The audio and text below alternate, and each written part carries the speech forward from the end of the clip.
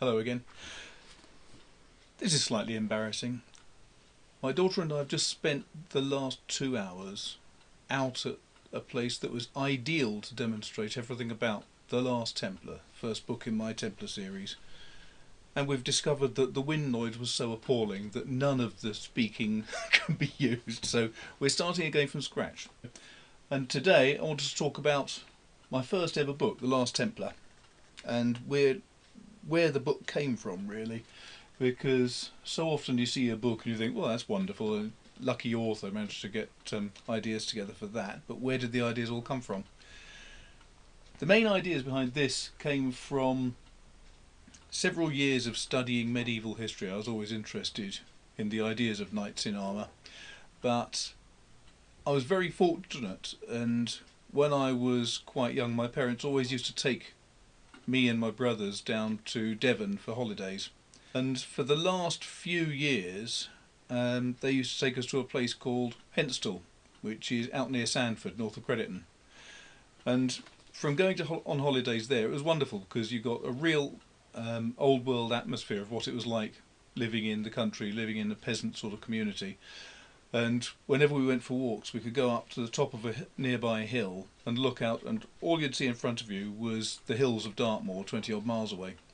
So that was a huge inspiration for me, largely because the house itself was a 14th century house. Wonderful place, huge amounts of character. It had once been a Devon longhouse, but half of the house had collapsed, and so somebody had shored up one of the walls with rock and turned it into a half-length house, but quite a lot taller. They put the second story in.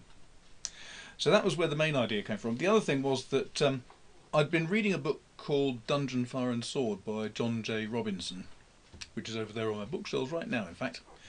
It's a wonderful book. It was all about the Knights Templar and what happened to the Knights Templar from their inception under Hugh de Payens through to the end, with Jacques de Molay being burned at the stake and the Pope disbanding the order completely.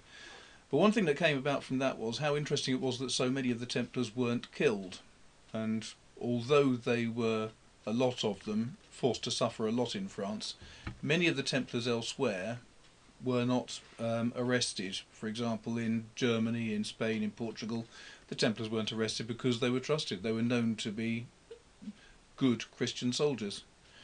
And it was when I was in Devon on my honeymoon in 1993 that I came across Fursdon Manor. Fursdon's a wonderful place. It's out in the middle of nowhere, up near Cadbury, just a few miles south of Bickley, and it's on the main old road that went from Tiverton down to Crediton. And while there, we managed to get a look around the place, and we found that on one of the walls inside, somebody on some grotty wet afternoon had written up an entire family tree, and the first of the Fursdons turned up in the 1280s. Don't know where he came from, but it doesn't really matter.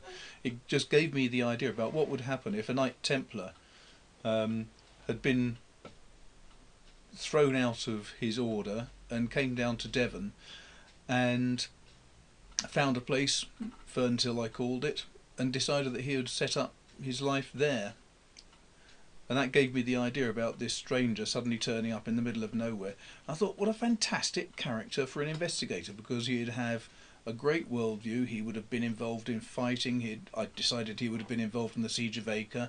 He would have had battles all over the place. He'd know and understand politics. He would be a deeply religious man who was very, very committed to God and his faith, and yet he would have absolute distrust of the Pope and the religious people who controlled the church. I thought, what an interesting character. But I also thought, what an absolutely god-awful investigator he would be, because he'd have no idea about Devon. He would have spent most of his life away, and he'd have no concept about what the customs were, who the people were, anything else. So I had to find someone else. And while doing some research, I discovered a chap called Stephen Puttock, who was a serf owned by the Bishop of Ely, because a serf was legally the property of the owner. And I thought he would be fantastic, because he started off with absolutely nothing, but by the time he died he owned several sheepfolds, he was renting out quite a property portfolio of cottages, he owned several flocks of sheep himself. He was, for the times, exceedingly wealthy. I thought he would be the sort of character I wanted, because he would be superb for knowing all of the local people, all of the laws, all of the rules about how one should live in areas of land bounded by the church and so on. I thought he would be ideal. So that gave me two main characters, and from that I had this idea of a bailiff recently being given a new job, riding down a road, meeting up with this stranger knight, and I thought those two characters would then be able to meld and form the basics for a whole series of books, although I didn't at the time think it was going to be a series. As far as I was concerned, I had written the one book, and I was over the moon when Headline, with I think superb judgment, decided that they were going to publish it in August of 1994. And it's gone through different iterations since then. This is the latest version, the Simon & Schuster version, another excellent group of publishers, and it's available as an e-book in the UK and around the world, in all different formats for electronic books, and it seems to be selling incredibly well still, which 20 years on, I still can't get over the fact that I wrote this book 20 years ago. 20 years on, these books are still popular and doing very nicely, thank you. But that's a brief introduction to how I got the ideas for The Last Templar. And then I'm hoping that we'll be able to overlay some photos of Dartmoor, the views of Devon that we had from the house where we used to go and stay for holidays, and where the inspiration actually came from. So thanks very much for watching. Don't forget to tick the like box at the bottom and subscribe to all the future videos. Please feel free to go and have a look at my Flickr account. The details for that are underneath here too, and in that, if you go, you'll find that there's quite a lot of photos all about Devon and the cottage and the places that have inspired me the most.